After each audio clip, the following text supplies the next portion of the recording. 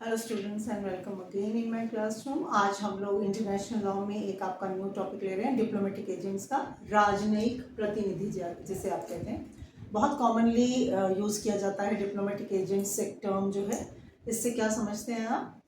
तो सुनिए, diplomatic agents वो व्यक्ति होते हैं जो फॉरेन कंट्री में जाकर हमारी कंट्री को रिप्रेजेंट करते हैं। हमारी कंट्री को फॉरेन में दूसरी कंट्री विदेशी राज्य में जाकर हमारे देश को रिप्रेजेंट करते हुए वहाँ के रेजिडेंट हो जाते हैं, वहाँ पे वो निवास करने लग जाते हैं। ये एजेंट्स जो होते हैं वो सेंडिंग स्टेट और रिसीविंग स्टेट। अब हम जहाँ से भेजेंगे, जैसे इंडिया से किसी को हमने अमेरिका भेजा है तो इंडिया होगी सेंडिंग स्टेट, आप उसे कहेंगे, और अमेरिका होगा रिसीविंग स्टेट। तो सुनिए, ये एजेंट सेंडिंग स्टेट और रिसीविंग स्टेट के बीच इंपॉर्टेंट रिलेशनशिप क्रिएट करते हैं।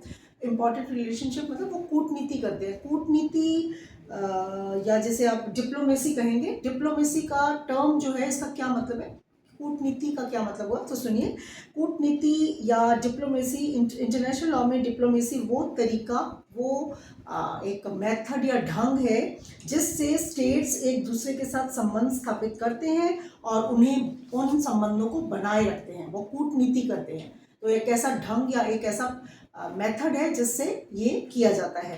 पहले क्या होता था कि जो डिप्लोमेटिक एजेंट्स होते थे वो जहाँ सेंडिंग स्टेट रिसीविंग स्टेट में परमानेंटली नहीं रहते थे।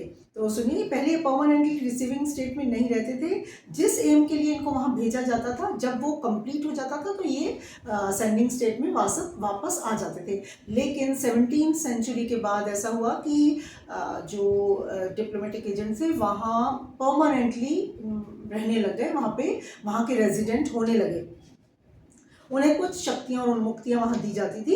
इनिशियली सबसे पहले 1815 में 1815 में वियना कांग्रेस ने डिप्लोमेट्स के जो रूढ़िगत नियम चले आ रहे थे, जो प्रथाएं चली आ रही थी, डिप्लोमेटिक एजेंट्स के संबंध में जो प्रथाएं या कस्टम्स चले आ रहे थे, उन्हें सबसे पहले 1815 में वियना कांग्रेस ने कॉडिफाई या संहिताबद्ध किया था। और फाइनली 18 अप्रैल 1961 में 18 अप्रैल 1961 में Vienna convention on diplomatic relations, Hindi में बताती हूँ, राजनयिक संबंधों पर वियना अभिसमय का मतलब है ट्रीटी या जिसको आप कन्वेंशन बोलते हैं, या ट्रीटी या एक जो करार किया जाता है उसको कन्वेंशंस बोलते हैं। तो ये कह रहे हैं कि 18 अप्रैल 1961 को राजनयिक संबंधों पर वियना अभिसमय स्वीकार किया गया, Vienna convention on diplomatic relations को स्वीकार किया गया, और 1964 में ये एक्टिवेट हुआ, इसे लागू कर दिया गया,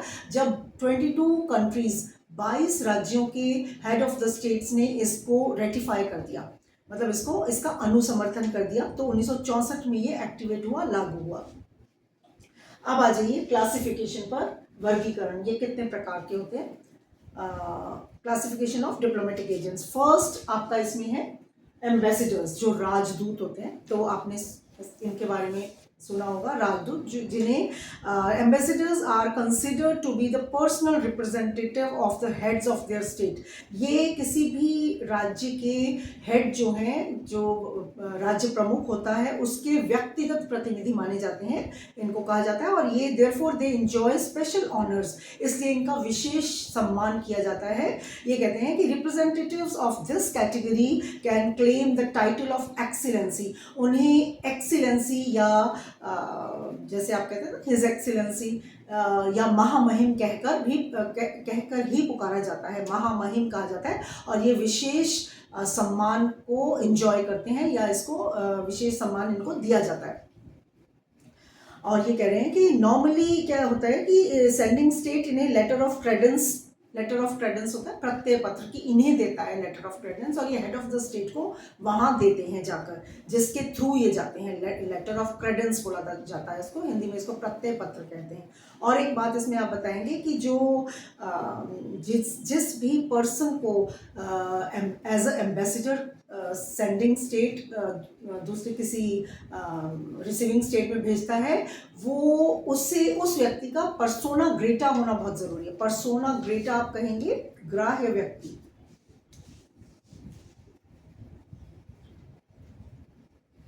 पर्सोना ग्रेटा, ग्राह्य ग्राह्य व्यक्ति।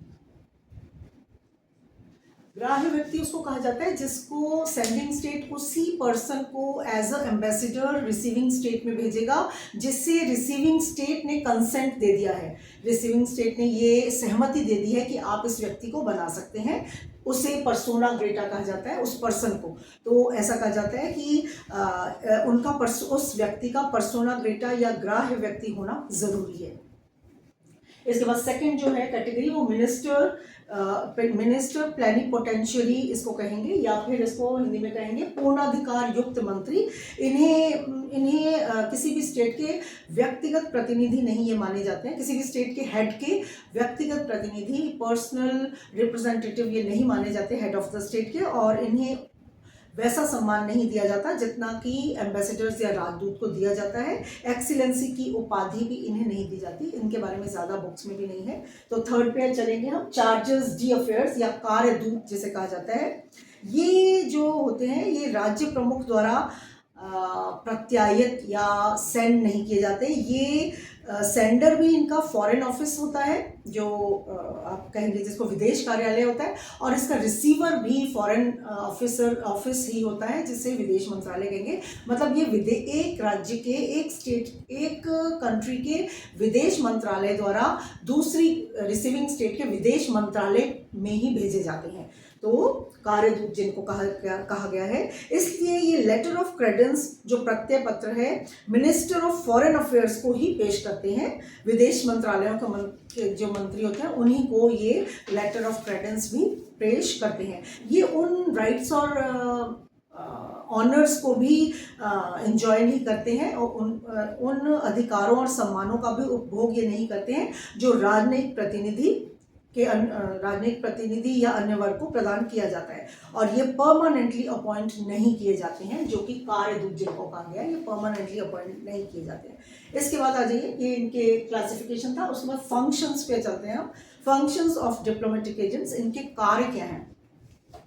वियना कन्वेंशन के आर्टिकल 3(1) में वियना कन्वेंशन जो है उसके आर्टिकल 3(1) के अकॉर्डिंग इनका पहला जो काम बताया गया है वो रिप्रेजेंटेशन का है, प्रतिनिधित्व करते हैं। जो आपको मालूम है कि ये किसी भी देश का सेंडिंग स्टेट को रिप्रेजेंट करते हैं रिसीविंग स्टेट में। तो सुनिए, अपनी कंट्री को ये प्रतिनिधित्व करते हैं, अपनी कंट्री का ये प्रतिनिधित्व करते हैं, और अपनी कंट्री के हेड और फॉरेन मिनिस्टर का, जो किसी अपनी सेंडिंग स्टेट के हेड हैं और जो विदेश मंत्री हैं फॉरेन मिनिस्टर हैं, उनका ये माउथ पीस होते हैं। माउथ पीस होते हैं का मतलब होता है कि उनके प्रवक्ता होते हैं। जो वो कहना चाहते हैं, सेंडिंग स्टेट के हेड या फिर सेंडिंग स्टेट के जो फॉरेन मिनिस्टर हैं, वो जो कहना चाहते हैं रिसीविंग स्टेट को जहाँ इनको भेजा गया है वहाँ ये उनकी बात कहते हैं, इसलिए इनको उन दोनों का माउथ पीस या प्रवक्ता कहा जाता है।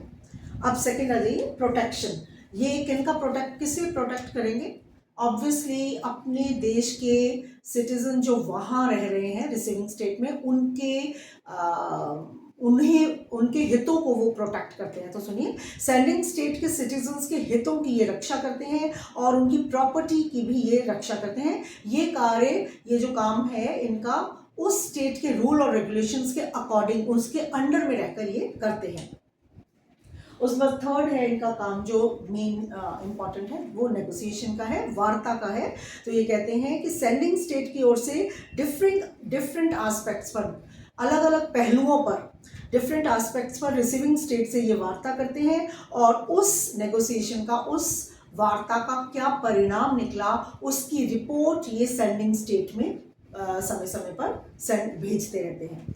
और इनका क्या काम है, ऑब्जर्वेशन का, संपरीक्षण। क्या ऑब्जर्व करते हैं ये उन घटनाओं को, उन इवेंट्स को, या फिर उन जो भी वहाँ पे जहाँ पर ये रह रहे हैं रिसीविंग स्टेट में जो भी घटनाएं वहाँ होती हैं उनको थॉरोली ऑब्जर्व करते हैं, उनका संपरीक्षण करते हैं, उन्हें ऑब्जर्व करते रहते हैं, और उसका क्या प्रभाव सेंडिंग स्टेट पर पड़ता है उससे भी ये देखते हैं कि क्या उसका जो भी घटनाएं वहाँ हो रही हैं उसका क्या प्रभाव सेंडिंग स्टेट पर पड़ रहा है, और उन घटनाओं की सारी रिपोर्ट ये सेंडिंग स्टेट में अपने देश में भेजते हैं।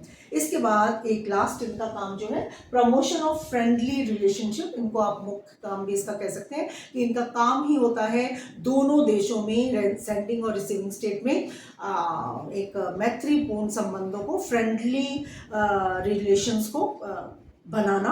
तो सुनिए, ये apart of these all function, जो सारे और फंक्शंस हैं, इनके अलावा एक इम्पॉर्टेंट काम जो इनका होता है वो है they also have a function to develop the economic, cultural and social relations between the two states. ये दोनों देशों के बीच में आर्थिक, सांस्कृतिक और सामाजिक रिलेशनशिप स्थापित करते हैं, जिनसे दोनों देशों के बीच में बहुत एक मैत्रीपूर्ण और अच्छे संबंध बने रहे। इसके बाद this is all about classification and functions. इसके बाद एक आपका इम्पॉर्टेंट इसमें टॉपिक है जो उन्मुक्तियां हैं इनकी या इम्यूनिटीज़ हैं, जो आपका अलग से क्वेश्चन आता है। इसको हम एक नेक्स्ट वीडियो में देखेंगे। Thank you so much for watching.